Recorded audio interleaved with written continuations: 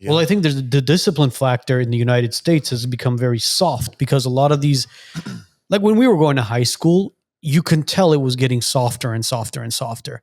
But when you look at some of these older clips of the United States and how high school was, like during the Kennedy era, right?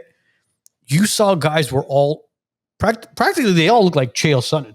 Yeah. They were all fit, all in shape. Tell them. All of them had the six pack and they were doing like the monkey bars, pull-ups. Nowadays, you're looking at all these kids, they're all in front of a damn iPad, stuffing their faces with Twinkies and burgers and all this crap. I mean, what's the discipline factor at the Sonnen house? How are you guys monitoring everything the kids are like doing as far as like activities, screen time, meals, everything? Do we even want to tell that story? I cannot stand an iPad. I smashed our sons. Nice. In a very calm way. I cannot handle it. I just associate the iPad and the screen time with lazy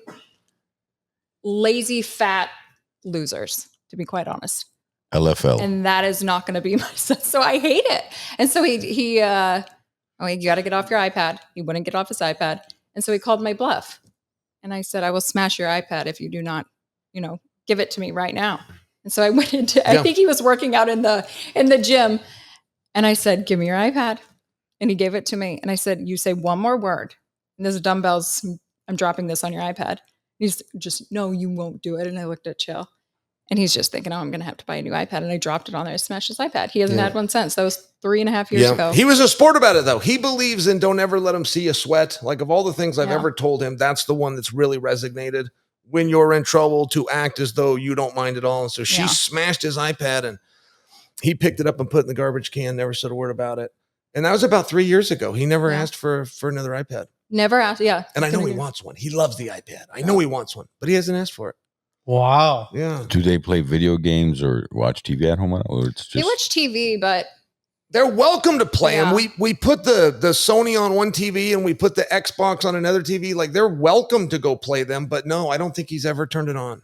I hate him. Yeah, I was playing Call of Duty one time and I was trying to show him how to play and he thought it was fun. He thought it was cool. He joined me, but then he never came back. You were playing Call of Duty? Yes. Interesting. I got it. I turned it on for him. It was a Christmas gift, but I was trying to show him what he got. I was trying to show him this is what you do. He's not into video games. No. He was into it that day. He acted like it was fun. He played Pac-Man somewhere along the way and he really enjoyed it, but he never asked for quarters to go play Pac-Man again, or he never went to the TV and turned the Call of Duty on again. I guess it just wasn't his thing. I think it was more of like, all the kids are doing it at school. All the kids have the Sonys and the Xboxes and all this stuff. I want one too. And then when he gets it, he realizes, well, you know what? I have it, but this isn't all it seems to be. It's whatever. He's got a wrestling mat and it's a light one. You can roll it up and put it over your shoulder. And he walks out around the neighborhood and throws it down in kids' yard and then unwheeled and tries to get them. No, are you serious? Yeah. He set up next to a lemonade stand. This just happened 2 or 3 weeks ago. Yeah. So the neighbor kids are selling lemonade and they got their chairs out there and the cups and they got a little sign. And he took a sign out there, rolled out his wrestling mat and said, $10 if you can gut wrench me. That's a wrestling move where you turn a guy over. $10 if you can gut wrench me, $5 to try. And that reminds me, there's that one college wrestler, right, or former wrestler who does that $1,000 if you $1,000. That guy's pretty good. I think he's Greek. Yeah, that guy, the short guy. Yes, Cornell. Short stubby. Yeah. He short was a stubby Cornell guy. wrestler, yeah, and I've never seen him have to pay that money. I've never seen anybody take him down. Neither have I. That's what your son is doing. Yes. Maybe he's seen him on Instagram. That's why. Have. He must have. So have you thought about sending him to Dagestan for 2 or 3 years and forget? I told him that last week. I said, I'm sending you. You're getting Send him to Dagestan 2-3 years and forget. Yeah. And he said, I would actually really like that. And I was like, okay. Is he a big kid, like tall or? I guess he is, but I don't really know because I don't hang out. Like I see his buddies, but I guess he is. They do it on percentile, and for percentile, he's in the 93 percentile. Yeah. But a quarter inch can swing that. He weighs 91 pounds, but that puts him in the upper of his kid. So I don't know that he's all that big of a kid, but percentile wise, I guess apparently 93 is it's up there. Well, mom and dad are tall, so I'm assuming. Again, Chael's going to start flexing again, but dad's a nice in shape buff guy. I mean, hopefully he has your genes. Dagestan's an interesting concept, though. because they do win a lot of medals, but they take a lot of steroids. They don't have Well, we any like that. We're fine with technique. that. Sure, but it levels the playing field. If your kid's on Oh. steroids and this guy's kid's on steroids, you're back to even. That's fine. A guy that gets an advantage is the guy on steroids against people who are not. And that's the thing in Russia. Like they make believe to the world that they've got some kind of secret technique, but they don't. They have steroids for 9-year-olds. But do you think it's steroids, or do you think it's more of the discipline factor in Dagestan? No. Because when you look at Khabib and all these guys talking about what they do in Dagestan, all they say is we eat, we train, we sleep. Yes. We eat, we train, we sleep. I mean, they don't even see their wives when it comes to the fight camp. It's Which a is nice so thing to weird. say. It's just not true. Every Russian coach that has ever come here, and our Olympic training centers are funded by the United States Senate. We have real money for this stuff. Do you guys understand why Olympic medals are so important? You might not. The reason Olympic medals are so important is this is Putin demonstrating, or this is our president demonstrating, or this is Xi out of China demonstrating. We don't need to go to war.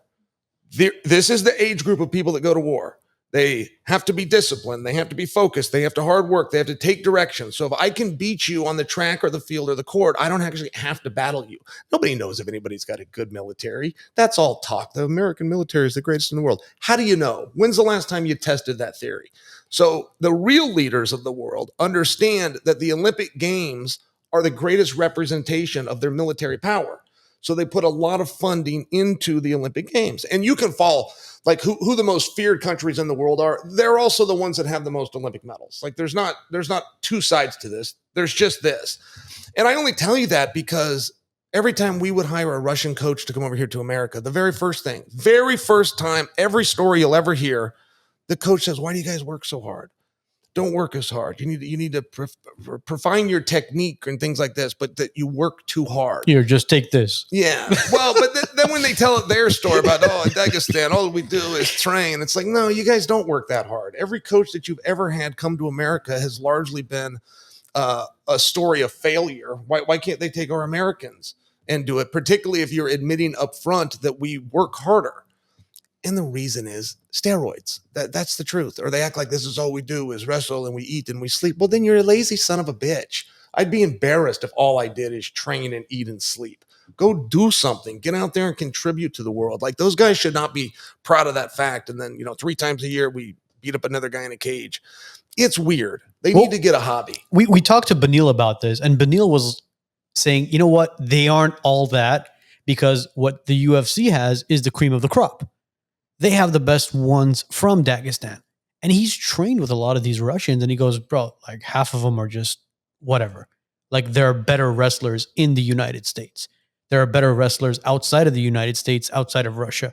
So he goes, we're just lucky to have the Khabibs, the Islams, the Chimaevs, all those guys. Sure. But other than that, he goes, the whole send to Dagestan 2 or 3 years, forget is BS. Yeah. It's a great marketing ploy, though. Yeah, and they do a good job. By the way, I mean, the Russians do a good job. When I was coming up wrestling, Alexander Karelin was on my wall, and the Bela Glazov brothers. I understand they do a good job, but what I'm here to share for you is they don't have an NHL. They don't have an NBA. They don't have whatever we call with the NFL. They don't have these things. So their top athletes are their amateur athletes. The top sport in Russia is wrestling. So the absolute best DNA goes into that. They don't have a hold or a technique or a training, anything that's better than we have in America. We just don't have the right guys. Our best athletes go into other sports. The fact that you forgot NFL tells me you don't watch any sports outside. Do you? I've never seen a game. I've never seen an entire basketball game or an entire football game, but I've tried. We even bought season tickets to something called the Winterhawks. They're a semi-pro hockey team.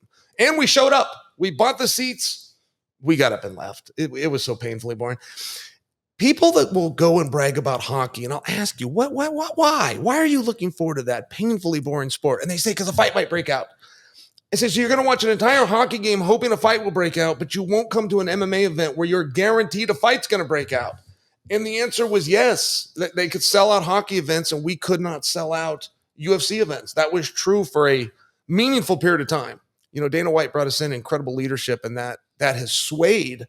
But it just always surprised me. The part that people would enjoy the most, or that they would come in Monday and talk about at the football game, as if one of the benches cleared, or it clears for baseball so they can get out there and yell at one another. I mean, these guys fight like such sissies, but that was a big deal in my school. They talk about they cleared the bench and this guy got right in his face. But then if you try to get him to watch an actual ass whipping contest, that they weren't as interested in that. It's a little different. It's a little different. Yeah. Did you enjoy that clip? Click over here to watch the full episode and click over here to subscribe to the WiseNuts podcast YouTube channel.